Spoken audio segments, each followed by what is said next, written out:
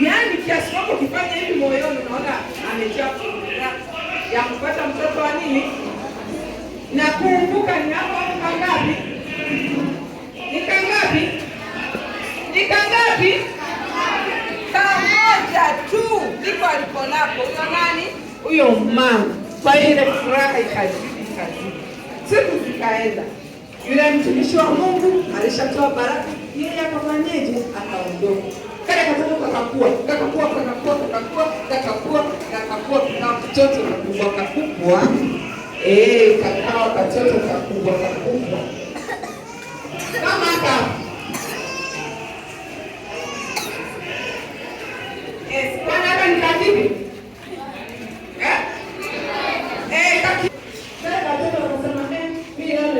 Kwa baba shambani, nikamwangalia baba na watumishi wa baba, nikamwambia mama bye, nenda kwa baba. Kaka tuna kaondoka.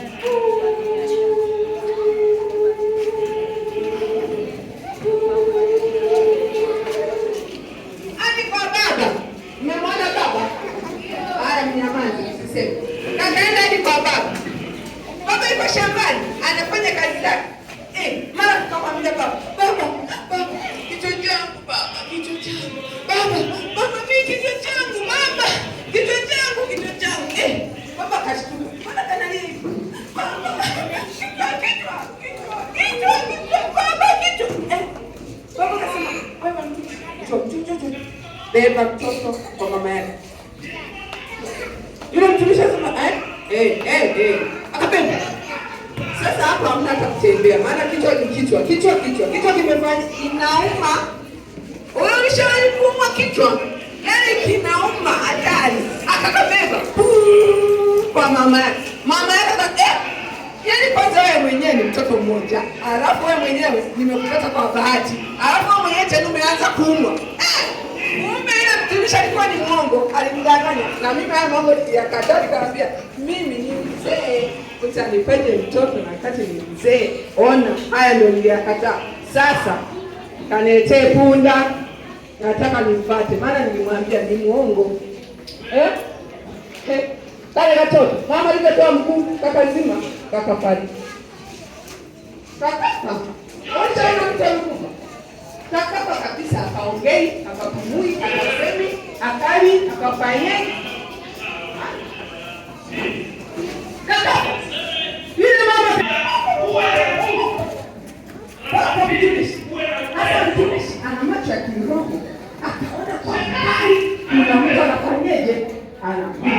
Akapima ile mtumishi wake. Nenda. Ukampokea mtu, umuulize, "Hamjambo? Mume wako hajambo?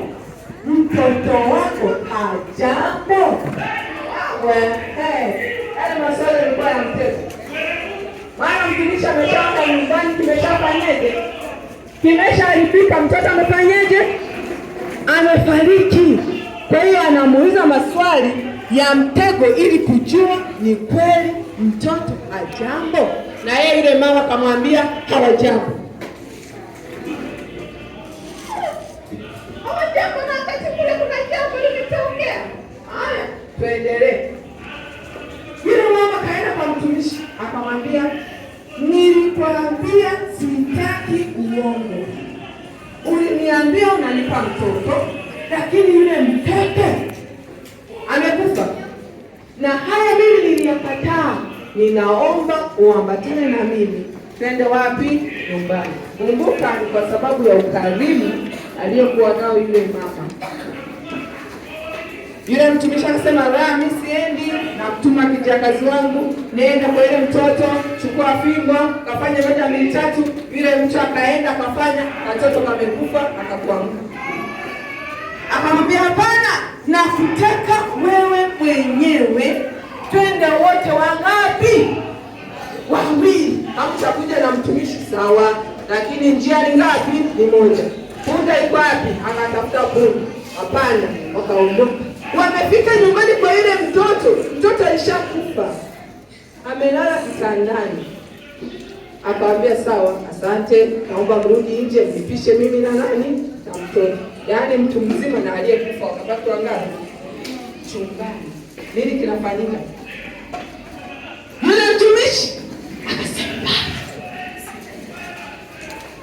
sogea karibu na mimi, nataka nifanye uponyaji. Akaweka kichwa chake juu ya kichwa cha yule mtoto, akaweka mkono yake juu ya mkono wa yule mtoto, kila kitu akafanya. Watoto natamani ningekuwa kashtuka.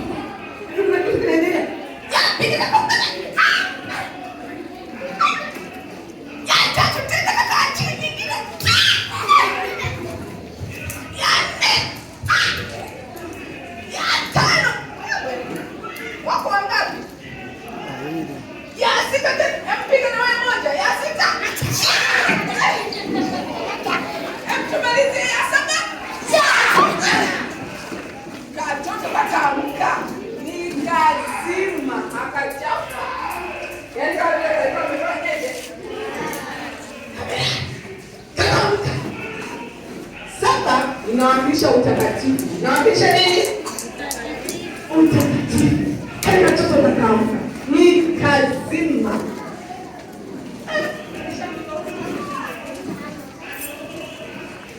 Anaenda kwa baba kajado. Ni kazima. Mtumishi akafanya maajabu, mtoto akafanyaje? Wakamwita mama yake, njoo uone matendo ya nani? Ya Mungu. Yule mama akaja, akakakumbatia katoto kake, akakabusu akakabusu tena, kwa sababu ni kazima, kalikuwa kamekufa, sasa kamefanyaje? Kamefufuka. Nani huyo alikuwa? Ni nani alikuwa akifanya mambo hayo?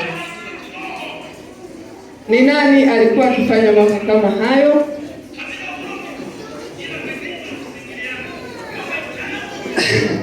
Asante. Yesu alitenda muujiza huo kupitia kwa mtumishi wake nani? Elisha, akiwa na nani? Na Gehazi. Kwa hiyo wale walifanya kazi ya Mungu, wakamsaidia yule mama Mshunami, na yule mama tayari akakumbatia mtoto wake.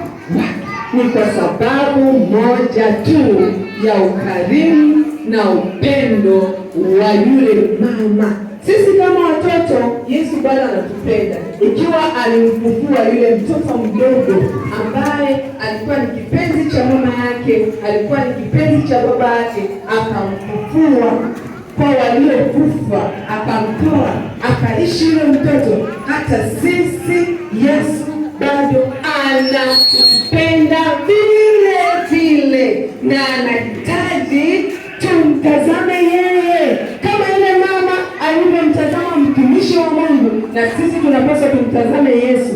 Tukiwa na changamoto yoyote, una shida yoyote, mama hayupo, baba hayupo, shangazi hayupo, fanyakazi hayupo, mtazame Yesu wa mbinguni. Mwambie Yesu, mimi ni mtoto, wazazi wangu hawapo, baba hayupo, mama hayupo, ndugu zangu hawapo, nimepatwa na shida, ninakuomba, ninaomba unikumbuke kama yule mtoto ulivyomfufua katika wafu, naye akaishi tena, na mimi nisaidie niishi. Maisha yangu yamekuwa ya shida. Huenda kuna watoto hawapati chakula, huenda kuna watoto wazazi wao hawasali, huenda kuna watoto wanapitia changamoto ngumu za maisha, huenda kule shuleni mnafukuzwa mara kwa mara ada, wazazi hawana uwezo, huenda kule shuleni haujui kusoma vizuri. Mwambie Yesu, bwana yule mtoto ulimfufua na akaishi, na mimi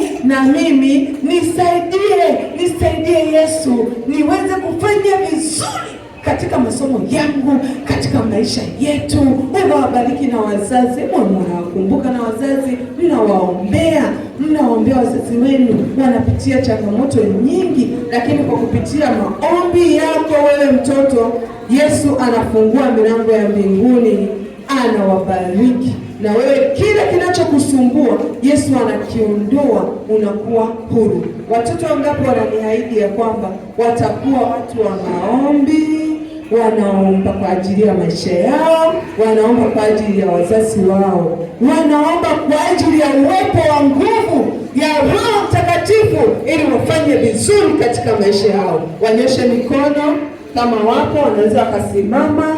Simama tunapoomba tukihitaji nguvu ili ufufue yule mtoto na sisi ikapate kutuuisha, tuwe watoto ambao tunatii, tuna ukarimu, tuna upendo, tuna jali. Hata tukipitia changamoto ya aina yote, hata wazazi wetu wanapopitia changamoto, na wewe mtoto unaona, unamwita Yesu, unamwambia Yesu, ingilia kati. Unamwona mama yangu anateseka, unamwona baba yangu anateseka, Baba wa mbinguni, ingilia kati, ufungue njia ili wewe huru. Yesu ni mwaminifu na anafanya hivyo. Tuombe. Wewe ambaye hujasimama, wewe ambaye umekaa, naomba usimame. Tuombe. Baba wa mbinguni, naweka watoto hawa mikononi mwako. Ninaomba uwabariki, wasaidie, wapatie kumbukumbu ya kukumbuka wanayofundishwa.